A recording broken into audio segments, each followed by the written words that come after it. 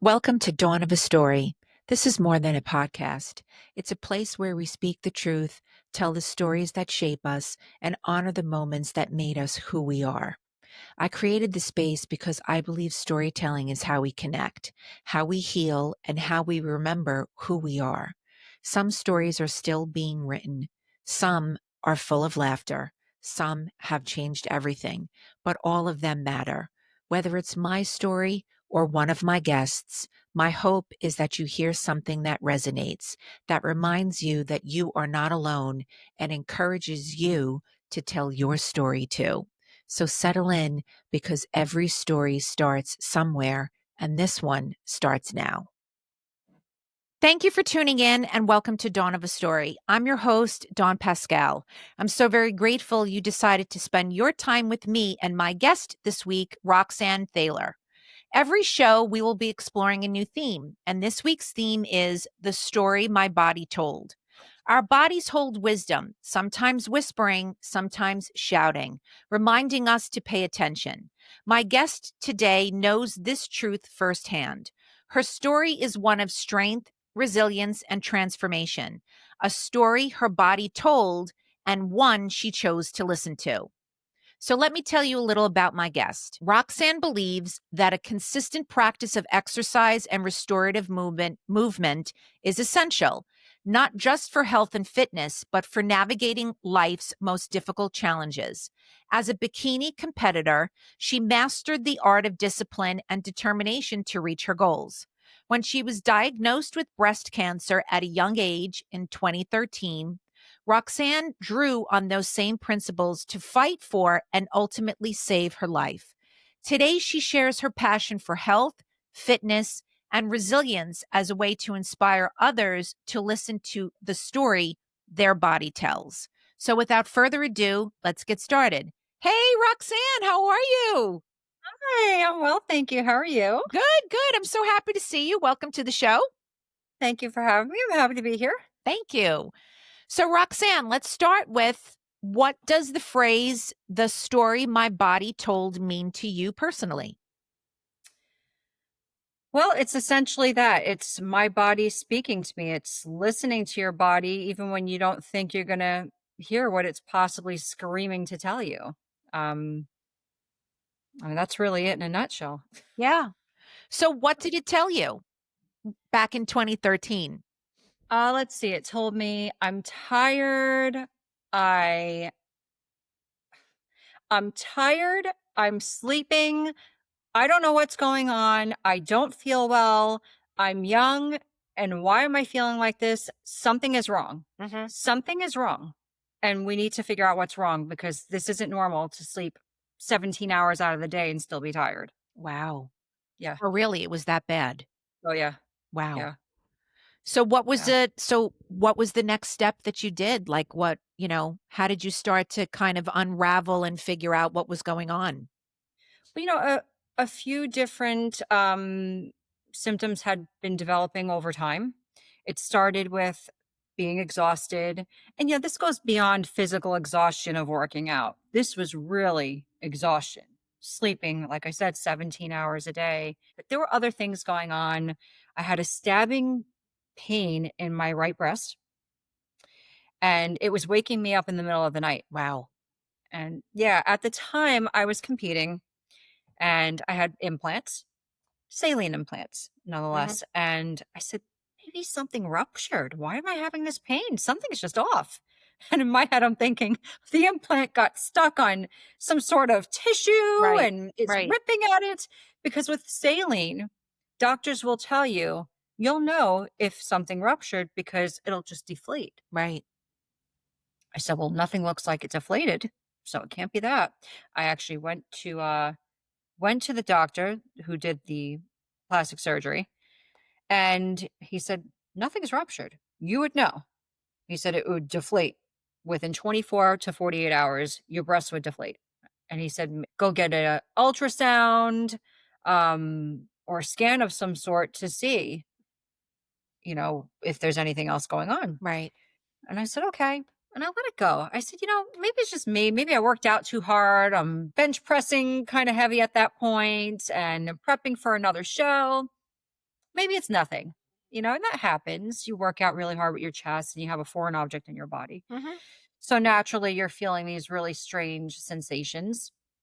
But I think the biggest thing for me was when it started waking me up to that point, 2 in the morning, 4 in the morning, and I mean stabbing, and it was in the same spot. And not to be grotesque or give too much information, but I want I want to be very transparent with Mhm. this. Um, the pain was right underneath my right nipple. Mhm. And I said, just something's not right. I let it go for like another month or two. And one night, one evening, we were going out for dinner, and I had on a black tank top, like a tank top dress, and I put on deodorant and I did the old rub and checking Mhm. just to make sure there's nothing there. When I looked, I said, wow, this almost looks like I have a lump underneath my right armpit. It Oh, was weird. It was wow. small. It was very small, but it was noticeable. I said, that's really weird. I said, maybe I should go get that checked out. I let that go for like a week before I called my sister. And I said to her, I found like a really weird lump under my right armpit. She said, oh, it's probably nothing. My girls get benign cysts all the time. And, you're young. She goes, but you should get it checked out anyway because of mommy. My mother, by the way, was battling breast cancer 9 months before my diagnosis. Whoa. Yeah. Yeah. Okay. She underwent a single mastectomy 9 months before my diagnosis. Wow. So I said, I should probably get checked out. I was scared. Part of me kind of knew. Mhm. You just know. And it goes back to the story my body told. Your body tells you when something's wrong. Right. Um, when something's not right to the point that you're sleeping in bed and you're not someone who sleeps in past 5:45 a.m. normally. So that was it. I said, okay, eventually I went and I spoke to my GYN, who God bless her, she saved my life. Wow. She said, normally I wouldn't send you for a mammogram because you're too young. At the time I was 33 years old Oh, wow, wow. and they didn't do that. Right. They only, insurances were only allowing mammograms for people who were 40 and up. Mhm. And she said, but because of your mother's history, I'm going to push for it. And thank God she did, because that's when one thing turned into another. Biopsies were needed. One mammogram turned into 13 mammograms, very painful mammograms. When you have breast implants, it's Yeah. very hard to read it's almost impossible to get around very foreign tissue. Right. Um, you create a capsule around your implant and trying to get through that, it's tough. And they don't want to risk busting your implant Sure. because if it turns out you don't have anything, now they're liable for that. So they did that. They found a bunch of calcifications. I mean, like 50. Wow. 50 different calcifications in the right breast. They didn't see anything in the left, but the right was kind of moving.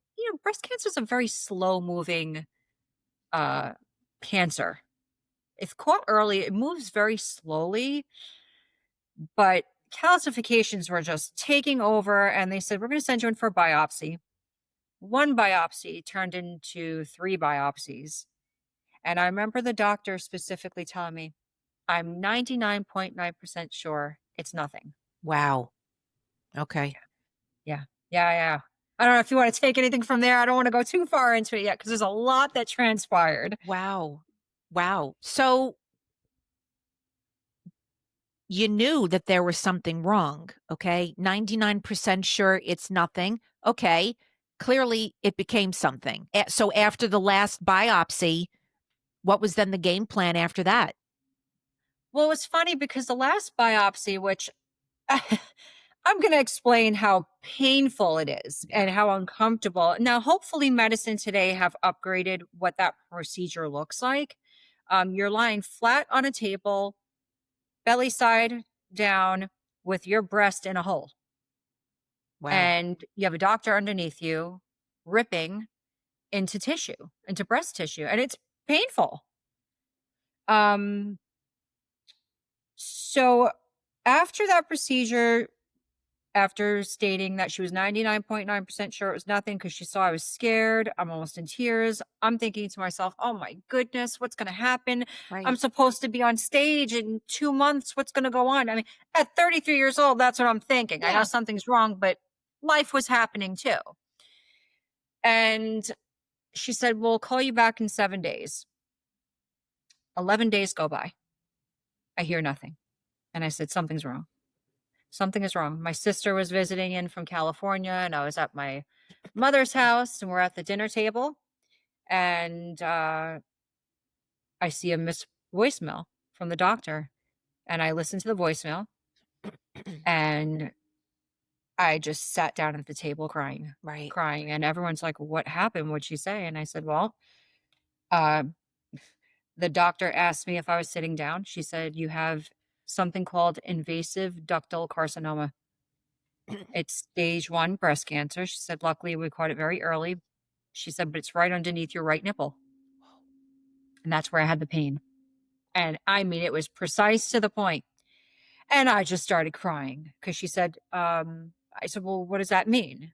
"I have cancer." "Okay, so what does that mean?" I said, "Does that mean I have to remove my breast? What's going on? Do I have to get radiation or chemo?" You know, your mind starts racing at this Yeah. point. Yeah. Yeah. And she said, "Well, I want you to come in. We need to discuss options for treatment." She said, "But yes, you're more than likely looking at a mastectomy." She said, "But you don't have to do both." And I remember my response was, you know, I'm thinking to myself, hey, lady, you just told me you're 99.9% sure I don't have it. Now you're telling me that I have to remove one, but I don't have to remove both. And I'm like, hey, how about this? I said, we're going to remove both. I said, because I'd rather have identical twins. You know, if you're Right. going to strip me of that. And I felt like I was being stripped of my womanhood, Right. you know, to a certain extent. Uh, so next steps were I went in and spoke to her doctors, and they wanted to just, they were very adamant on just removing the right breast. Hmm. And they said, you don't need chemo or radiation because we caught it early enough, but we would have to put you on tamoxifen after for 10 years. They said that's standard protocol. And I said, Okay. well, what's that? And they said, well, you have an estrogen receptor positive driven cancer. So my estrogen was so high, that's what contributed towards developing breast cancer. Right. Right. And it makes sense if you think of um, ductal cancer, where the milk is produced, even though that's the prolactin that releases milk. I mean, it makes sense. My hormones were just kind of off, Wow. you know, especially after competing the first time. I mean, that put my body in a state of shock like you wouldn't believe after that first show. I bet. Ugh, horrible. Wow. Yeah. Wow. Yeah. Oh, Roxanne, I didn't know. I didn't know the backstory. Wow. This is this to think of all that you went through and now you're here with us now and talking about it and reliving some of it. I bet that you are, but I'm happy that you're able to share your story with everybody if there's somebody that's going through the same circumstance or maybe doubting what their body is telling them. So you're a bikini competitor, you're under a lot of stress, but with that comes discipline and determination. So how was that positive mindset of yours going to help you with those practices of discipline and determination? So how did that help you get through the next stage? Because you're saying you're going to have your right breast removed. You know, it's funny because as tired as I was, I always enjoyed working out. And even after I found out that I had breast cancer, I would still go to the gym. I would still work out because, and most people who are into fitness, they understand this right away when I'm speaking about it. But for those who maybe aren't too familiar with that lifestyle, because it's a lifestyle, Mhm. um, you know, you go to the gym, you see the regular faces every day, and sometimes you speak. I'm always a person who doesn't say much to people. I have my earphones in. I just want to get my workout in and leave, Right, you know? right. hence the reason why I work out in the morning as opposed to the night crew, because the night crew is always like the social crew. Okay. It's like a gym club or Yeah, something. yeah, absolutely. Um, but for me, it was my escape. It was the way I coped. It was the way I coped through a lot of I was going through a lot of challenging things throughout that time, Mhm, both personally mhm. in my love life at the time and physically with my health. And it was at a point where I thought, I'm the healthiest I could possibly be. My body fat composition's great. At the time I was a raw vegan Yeah, and I'm going, I eat a ton of fruits and vegetables. What did I do? And that's the first right, thing you're thinking. What did I do? right. And I'm like, well, I'm not going to stop working out because it's my sanity. Um, and I continued to work out to try to cope. And the doctors actually said, well, that's one of the best things you can do. They said, if anything, that's probably why you're going to bounce back quicker Right. and why you were able to stave it off for this long. Wow. Yeah. I mean, there's a lot of other areas too. I mean, even right up to, so if you want to fast forward to the actual surgery, um, I remember just being 11 days post surgery with 4 drains. Mm, No one to help me, by the way. That's just kind of the situation I was in at the time.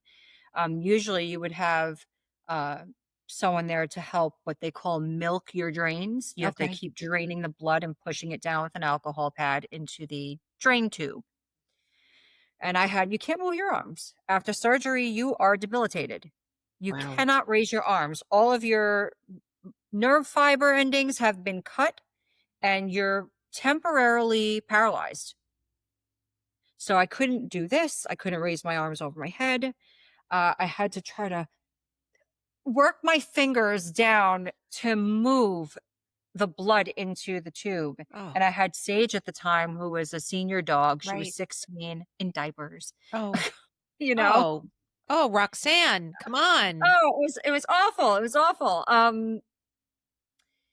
And I just remember saying I was more worried about her and just trying to keep pushing forward. Right, 'Cause I know that people in that position have they have a higher propensity of getting depression, and I didn't wanna deal with that.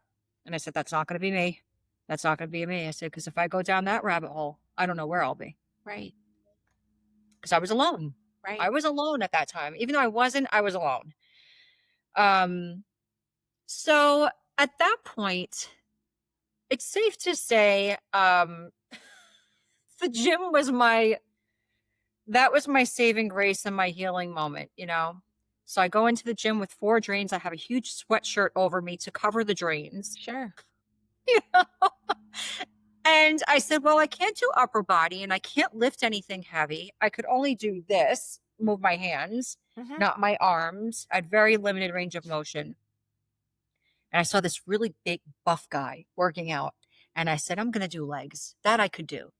And I walked over to him. I said, excuse me, sir. I said, I'm really sorry to bother you. I said, would you mind stacking 2 plates on each side of the leg press machine for me? I said, I just had surgery and I would really appreciate it. He said, oh my goodness. He said, of course.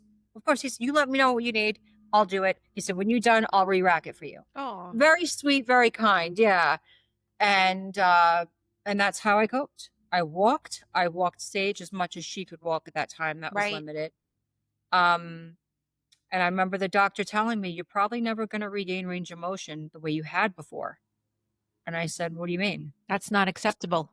No, I said, I'm a trainer. What do you mean? That's how I make a living. And I couldn't live like that. What do you mean I won't regain range of motion? He said, well, you won't be able to raise your arms forward. You won't be able to press overhead with full range. And I said, watch me, Yeah. watch me. And he said, okay. 2 weeks later, go by, I go in there. He said, okay. He said, raise your arms to the front. I raised my arms to the front. He said, raise your arms to the side. I raised my arms to the side. He said, you have really good range of motion. He said, all right, smart ass. He said, try putting your arms over your head. I said, do you want me to touch my hands or should I just leave them separate? Oh, God, you didn't. And he said, let's see what you got. He said, give me all. And I said, okay. And he said, how the hell did you do that in 2 weeks? Nonetheless. I said, one, you told me I couldn't. I said, so challenge was accepted. Right. and 2, I won't accept anything less. Right. I need this to thrive in life. And I did it, and if I told you what that looked like at home with no one there to help, walking, crawling your fingers up a wall with Right. nothing else to do 8 times a day, I was only supposed to do it 2 or 3 times, I did it 8 times every single day. Right. Right. Yes, part of it is that discipline that I think drove me from my competitive days. Mhm. You know, there's a different part of discipline, but yes, it did help in a way that I was younger, because I can't imagine if I was in my 70s what I would have done. No. Yeah. No. Wow. So what did your body teach you throughout this whole process? I mean, obviously, you weren't gonna give up, right? That's your attitude and that's ingrained in your fiber, but what else did it teach you that maybe you hadn't known before about yourself? How incredibly, resilient the body is physically, but even more so, how strong I was mentally. Yeah. Because when I spoke to other women who went through this, I said, "Wow, it's night and day. I didn't feel like that. Why didn't I feel like that?" Part of me kinda credits what I was going through in my personal life too, to as a distraction. Mhm. I think that distraction really helped. You know, it just kinda took my mind off certain Sure. things, but it really did teach me how incredibly mentally strong Wow. you have to be to get through that. Physically was like, you get up, you walk every day. Yeah. You know, it's what the body should do. Um, but I didn't know where this was gonna go. I just kinda rode the wave. Right. Right. Well, it's a learning process. It was something that you'd never experienced before. And, you gave yourself some grace, right? You listened to yourself and you didn't beat yourself up and you just took one day at a time. And that's all that we can really do in life anyway. Absolutely, but I will say this, and it's important that I stress this too. Um, One thing my body did teach me that it's okay to rest, Right. because prior to that, I didn't. I would say, "I have to work out. I have to work out. 6 days a week, have to work out. 7 days a week, you have to at least walk." And at this point, it was like, "You're tired. Right. You just went through something major. You have to take it easy. It's Right. okay to take it easy. Right. Be kind to my body. Be kind to yourself." Yeah. Well, I can attest with the slave mentality. That's how I use to describe it. And we met for our listeners or viewers that don't know, Roxanne and I met through the bakery. Yay. So Roxanne came in one day and that was it. Sort of one of those things where you'll be friends with somebody and here we are. We're chatting about Roxanne's story on a completely different platform and not having vegan gluten-free muffins. But um yeah, I know that push, push, push, push, push. This has got to get done. That's got to get done. Obviously, completely different scenario and capacity that you're talking about. You were a bikini competitor and I had a bakery. So we can't talk about complete two polar opposites. But it's that understanding and that mentality of I got to get it done. I'm not going to rest. I have to, I have to, I have to. And you have to treat yourself with grace and you have to treat yourself with kindness and you have to rest and relax and you have to allow yourself that because you need it. I mean, you need it on a multitude of levels, but it's important to allow ourselves to regenerate. Absolutely. And anything with fitness, they'll tell you, you grow, your body recovers when you sleep and when you Right, provide your body with proper nutrition, right? right, Unfortunately, especially today, a lot of people beat themselves up nutritionally. Everyone's always dieting, right, right? So crazy diet, carnivore diet. I mean, that's the biggest one now. You name it, it's there. I'm not going to get into that. That's a whole other different animal and beast. But you go from that, and then you have the ones who physically, and I'm guilty of this, physically beating their bodies up, yeah, almost like a punishment. Well, I ate this yeah, and now I have to work harder. right, Um, I just battled cancer and now I have to really make sure I work hard because that's what got me through. To a certain extent, it did. Right. to a certain extent, because I also think it was harming me too. Right. Um, it was funny. One of the nurses at Memorial Sloan Kettering, and that's who treated me, by the way. They were fantastic. I have to say, they were fantastic. Um, she was telling me, she said, you know, your workouts, eh, your active lifestyle really did save you. She said, but now is the time to be kind to your body. She said, and take it how you want to take it. She said, but I want you to really let that one sit in. Now's the time to be kind to your body. It's okay to rest. Right. Right. And I thought about that, and that really hit home. It really hit home. Um, when I got home, Dawn, I couldn't even feed myself. I can't even imagine. I couldn't get a spoon to my mouth. It was horrible. I had my friend who I was lucky enough, she stayed one night with me. She was in college at the time. And I said, I have no one here. Could you please stay with me for the first night at least? I need someone to open my pills. I have nothing. Mm. Uh, I can't even feed myself. And before she left, she said, what could I do? And I said, you know what? We're going to do it like this. I said, all these protein shaker cups, let's fill them with almond milk. This is how neurotic I was. Put a straw in each one and just throw it in the fridge. I could at least try to go up to the Yeah. like the Right. bottom shelf, which, was the fridge that was from the waist up. And I can try to get that down, at least suck that down with the straw. And luckily enough, she did that for me. And that was kind of how I got by. I lost a ton of weight because not intentionally. Yeah. You just you figure it out. Wow. Yeah, you Oh, figure it out. wow, Roxanne. What a challenging time for you.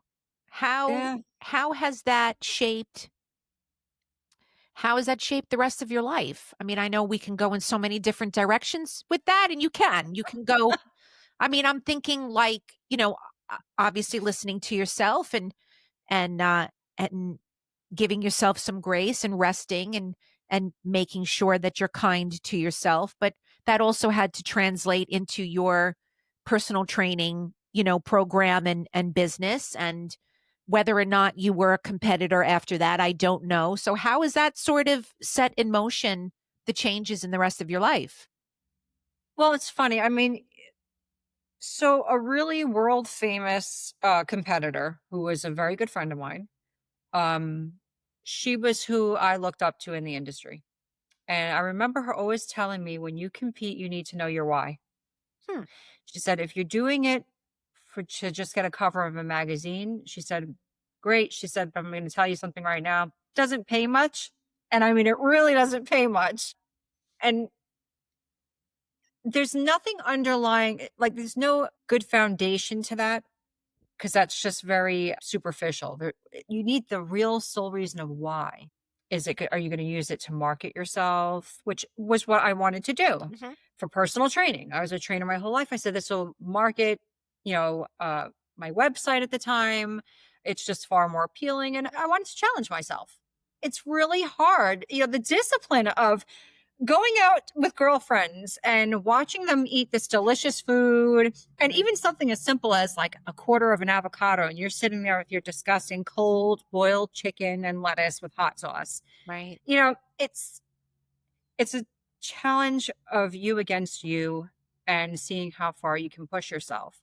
And that's really what it was for me. That I wanted to market myself, and I wanted to say I at least did it. Post breast cancer, I said, you know what? I'm done. I'm done, because do I really want to do this for a glass or plastic trophy? I did it before already. I already did it. Yeah. Your Why why do I need to keep changed. going? My Right. why changed. It said, my why became no longer marketing myself. At that point, I had already established a very good name for myself in the industry.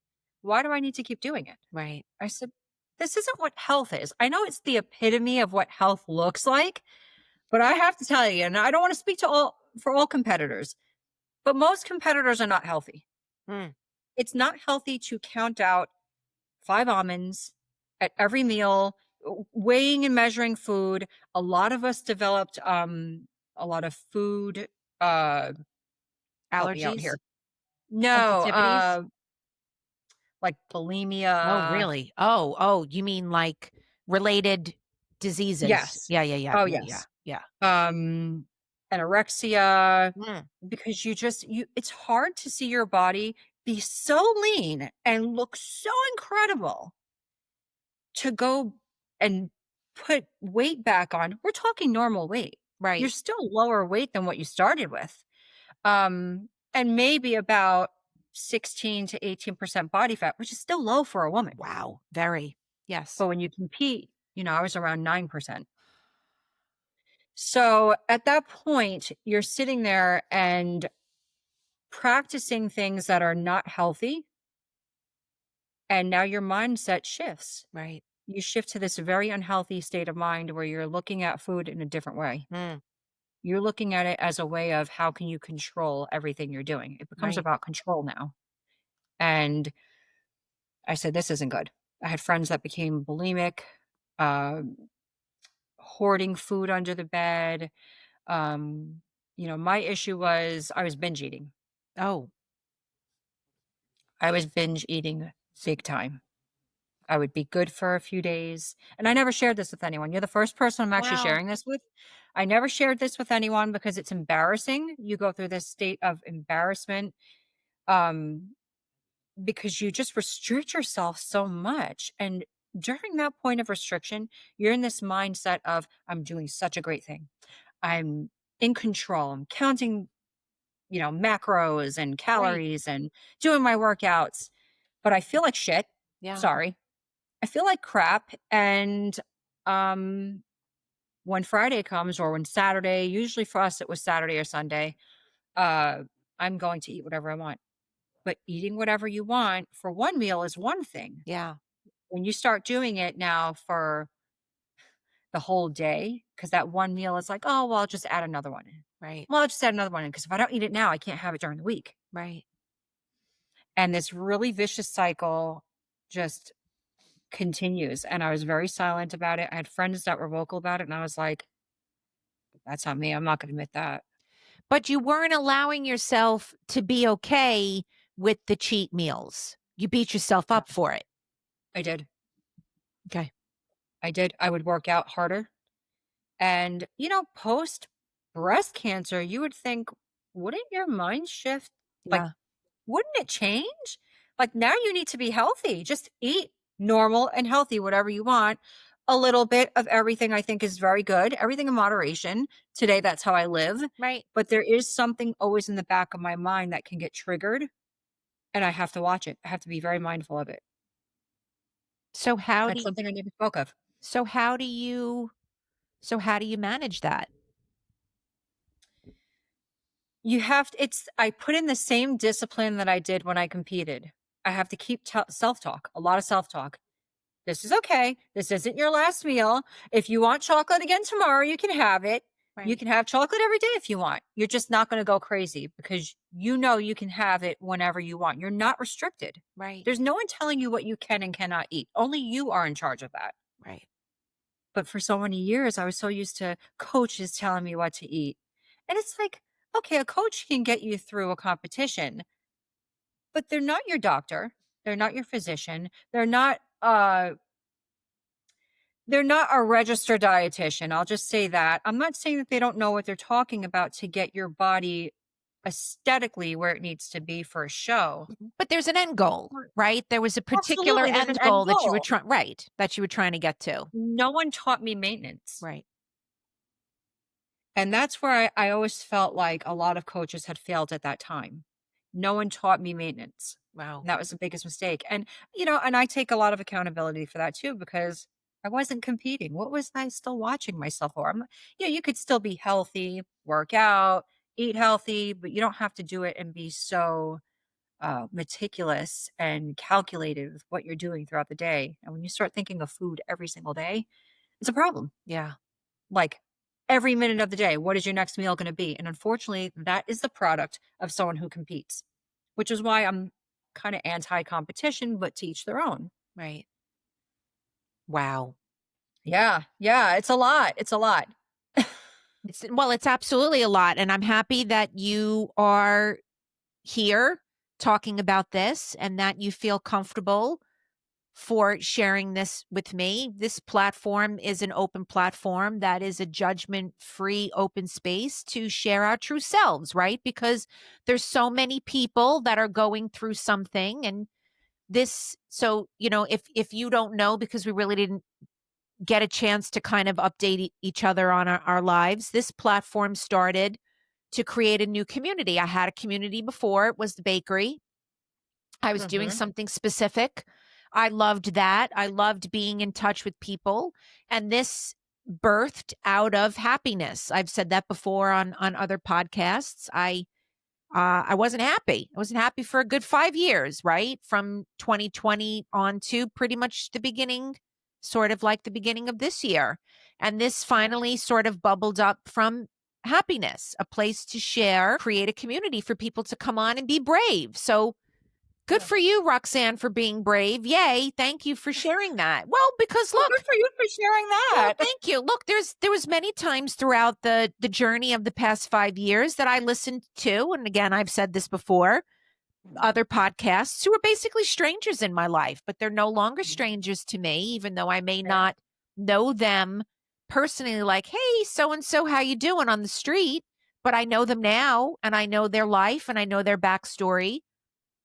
And it helped me through some really very trying and challenging times. So that's why you're here, right? To share the message of what you've been through. And if there's anybody else that's sort of struggling with beating themselves up for, I don't want to say for no reason at all, but when it's really not necessary to do that, and treat yourself with kindness.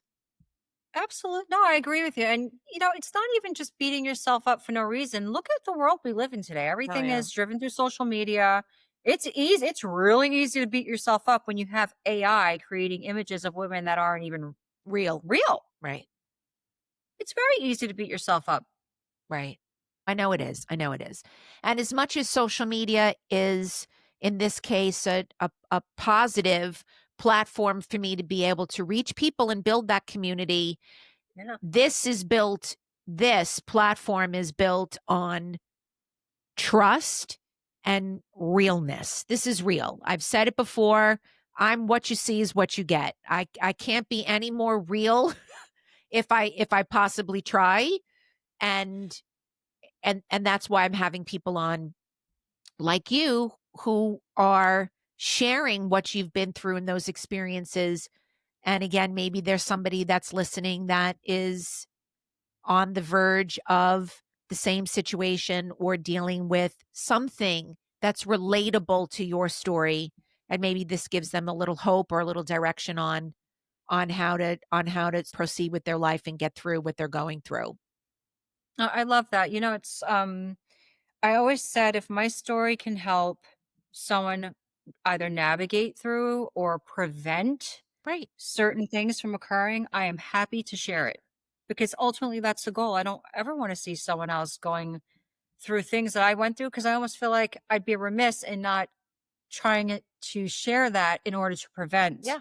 or better that path, pave the path for someone to navigate in a more positive way or Yeah. avoid Right. certain things Absolutely. from occurring. So, what advice do you have for someone who might be struggling with not wanting to listen to themselves? You know, the only thing I can say is if it's consistently ringing in your head, if you consistently have, we all have it, we all have it. Hmm. I know that there's going to be people that say, well, it's easy to ignore. Mm-mm-mm. You know when something's wrong. Right. The only way to ad- prevent anything from getting out of control or worse or from happening in the first place is to listen and question every single thing. Yeah. Question it. That's the first step is just to say, okay, something's not right. Let me question this. And whether your question is by calling the doctor or Googling, I'm the queen of Dr. Google, by the way. Oh, I know that's I a should rabbit as a hole. nursing student, it's like, yeah, why would you be queen of doc but just to be aware of it and Yeah, conscious of it.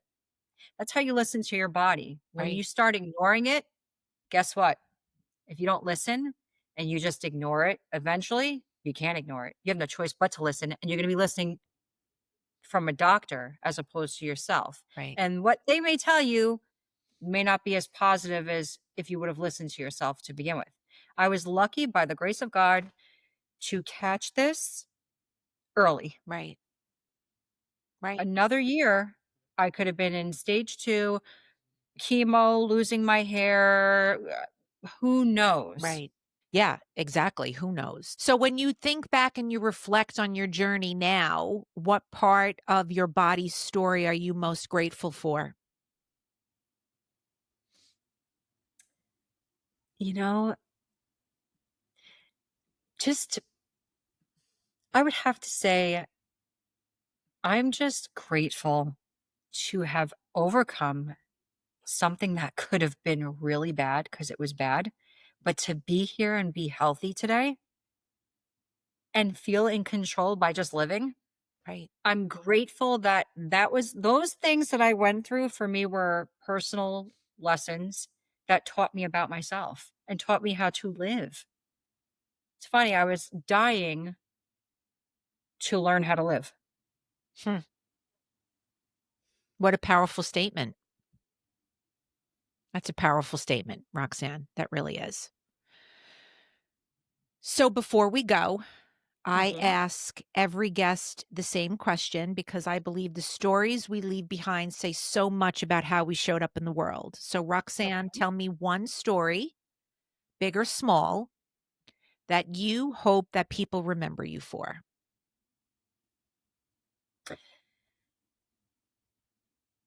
That it's never too late to pursue anything in life, whether it be pertaining to your health, your education, right?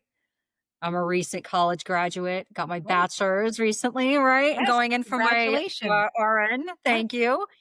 It's never too late to explore and grow. Right. I want people to look at me and say, wow, if she can do it, I can do it. And Right. she did it, so I can do it. Well, that is such a positive attitude, number one, and inspirational. Really, truly, Roxanne. I did not know the depths of what you went through. And to see Mm. you now reflect back and talk about it and all Yeah. that you have achieved over the past couple of years is really, it's really beautiful and very inspirational. So Thank you. I'm so happy. I'm so happy that you Thank shared that you. with me. I want to thank you again for being part of this story today. And thank you to everyone who tuned into this episode of Dawn of a Story. If something you heard today moved you, made you laugh, or made you think, please share it with someone you love. Like and subscribe to the show. And if you're feeling brave, I'd love to hear your story by commenting below. It helps other story lovers find us too.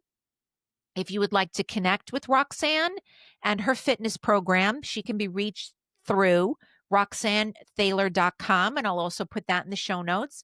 Until next time, keep listening, keep sharing, and keep telling your story. Thank you, Roxanne. Thank you. Thank Thank you you, so much. Dawn. It's a This was pleasure. wonderful. Thank you. Mwah.